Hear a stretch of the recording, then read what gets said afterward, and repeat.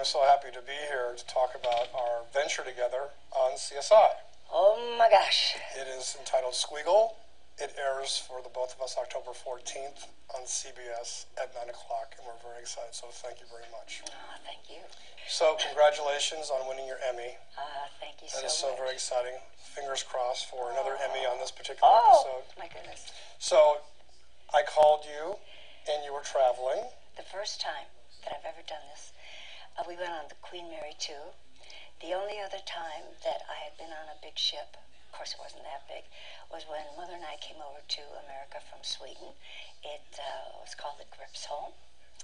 And all of a sudden, I don't know how you did it, but there was a script in our room from Anthony Zuiker. I can't believe how you found I'm amazed that I was so happy that they got it on the email, printed it, delivered it. And when you read the craziness that is in my brain, which is Squeagle, how did you feel about that script? Were you ever reluctant? First of all, how did you grow up? You know? Did you have a trauma? You're very strange. I'm happy. Yeah, but to meet you, you would never know that you're so weird and strange and gory. All artists, I think, have a weird side. Really? Yes. I see. But I put the most ferocious villain out of my kind self into the script. I see. And how did you read that in your room without being scared, or were you scared? It was frightening. It was. And then when I realized that I had to do it, quite interesting, yeah. Now, when you read Squeagle, our forensic proof killer in latex, did you ever think, when you saw him on set, that matched the page? Was that when you're inside your head, or was it different? I had not seen a picture of him. Oh. And finally, when I saw him, I told everybody I didn't want to see him before we were actually going to do this scene. Then when I saw him, I was just stupefied to realize you had written all that and you were responsible for that. I don't know, I still don't trust you. No, were you prepared for all the physicality in the show? Oh, I knew it was going to be physical. Because we were warned that Ann-Margret's quite fit. And she is very, very, very, very agile. And there was rumor going around that you would do your own stunts. So I wanted to. You did. I did. Well, I did a lot of it. You did. And I have the things to prove. I still have. I keep hearing that you were black and blue. Can you see that? Is that from that? Yes, it is. I am so sorry. But see, you saw the other guy. Yes. I gave him a good fight. Absolutely. A real good fight. I just want the people who are watching this to know that. Yeah, there's some physical things you do in the show. Crawling on floors, falling down steps, falling out attics. We won't tell anybody who's stunt and who's real, but it's all looks very real in the show. Good. And I have to say that the performance is so unbelievable that when we first played it back for the cast and the producers, that we were very, very excited at just the weight of the performance, especially opposite this crazy villain. And I think when people see the episode, they're going to be, really engaged in what happens to you and your little secret in the episode. When do I get to see it? October 14th. Oh, I gotta get you a copy before. Everybody else gets to see it. Don't you want to watch it live on TV? I will do that, yes. But I'd like to see it. Right. So are you a book reader? Do you like books? Mm-hmm. I see there's a lot of books in your home. Yes. Of really great authors.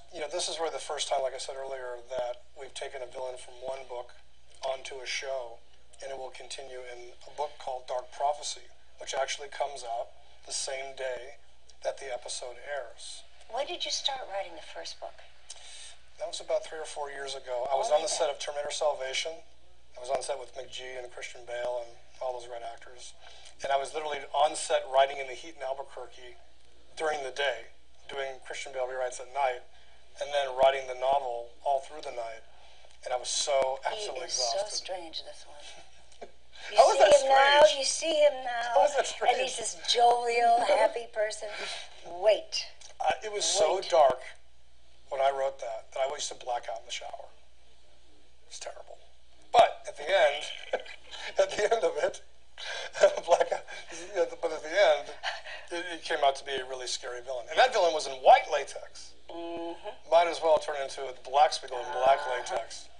Did you have any, when you went through the episode in the hall, the attacking in the bed, did you ever feel like it got too real in the performance? No, the realer, the better, the more real. Yes, I was afraid for my life. You were. Well, certainly it looks The like that. slashing, the razor, because when he went, I was terrified. Because it was hard to watch. Good. Because I think there's a lot of people's fear is to have somebody intrude in their home, when they're sleeping and they're in the most vulnerable place. So when there's a guy coming in with a black latex suit with a wielding straight razor, that's pretty scary. And you don't really know what you're seeing. All you basically see is eyes. Right. And you remember those eyes. And how was working with Larry Fishburne? How was that experience for you? Oh, it was wonderful. Wonderful. He's such a terrific actor. Terrific. We try to put some humor in some of those scenes, and you played humor beautifully. Oh, good. We try to get we wrote it so you're very toe-to-toe. With the gore? Yeah. With all the gore, you wanted humor too, yes. Now, did you know Oscar Goodman, the mayor of Las Vegas, I had before met him that episode? before. Really? Yes. So how was that reunion when he came on set? Oh, he was such a trooper.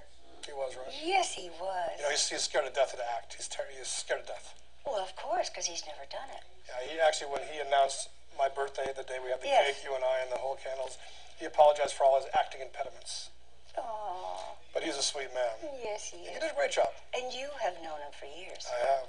I was like 16, 17 when I was a skinny little bean with a suit. Oscar Goodman's great. Yes. He's a great mayor. Yes. He loves the show so much. Did he see it? Oh, no, he loves just the CSI in Yes. general. And he's been in CSI a couple of times. So for me personally, as a former Las Vegas native, Right. so to speak, to have him and you on the set the same day on my birthday was quite a birthday present. It's pretty fantastic. Obviously, you are a tremendous film icon. Oh, that's very And sweet. Thank you. everybody, my mother has met you on set, and she's still talking about it. And some beautiful movies that we all grew up on and are just classics, Bye Bye Birdie and Viva Las Vegas, Carnal Knowledge. You just won the Emmy for Law and Order. How'd that feel? Both Roger and I were so shocked because it was my 6th nomination, and all 5 of the others, Mother and Daddy and Roger and I, were there. And of course, I didn't get the Emmy. And so on the way, this just a couple weeks ago, right? It just happened. Yeah. Both Roger and I were saying, there ain't no way. There ain't no way. We'll just go and have a good time and everything. It was incredible. I had some notes, and I was holding on to them, and my glasses were down here, and when they announced my name, I said, and then I looked for my notes, and I couldn't find them, and I just, where could they be? And I got up, and Roger was saying, oh, no, go up there, go up. I said, no, I can't without my notes. And finally, the woman across the aisle saying, oh, there it is, there it is. So I got those. They're all in And I order. tried to compose myself, and I went very slowly up the stairs and got it.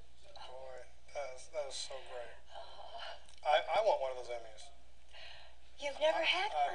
Not for myself. I mean, the show's won a lot of Emmys, which we're very happy with. All 3 shows have won Emmys. But I don't have one in my house. I know you do, so I'm very jealous. What in the world? How did Very that jealous. happen? Well, I don't know. Wait, and it's your 11th year now. 11th year for CSI, 9 for CSI Miami, 7 for CSI New York. And I'm back on the show full time, and we're going strong. And you never had an Emmy. Yeah. Oh. And I haven't written a show with my partner, Carol Mendelsohn. I haven't written a show with her for 4 years. So I was sort of like rusty back in the saddle, so I think we did a pretty good job on this one. And you know what the studios, you know what the network said? I don't know. They said that this, when they read it, was an instant classic. So I hope you enjoy it when you see it. I hope the country enjoys it on October 14th Yes. on CBS. It's Yes. entitled Squeagle. Please watch it with the lights out because it's extra scary. Yes. And hopefully, if you love the show, you'll want to continue and read Dark Prophecy in stores the very same day. Ann-Margret, will you bestow me the pleasure to be able to sign this book for you? Oh, I would love it. Entitled Dark Prophecy, the second book in the Dark series. And I've been thinking, do I sign it A.M.? No. Ann-Margret? No. My favorite to sign to you is Slugger. Yes. Is that okay? Yes. Slugger, you are an American icon, and Anthony He's Zuiker such a sweet talker. loves you. Kick butt. You're awesome in the episode. Love Anthony. There you go, darling. Thank you so much. Thank you so much. Thank you. Yes, ma'am. See? Ann-Margret, thanks very much for having me in your home. Thank you, Anthony. God bless you and great job. God bless you.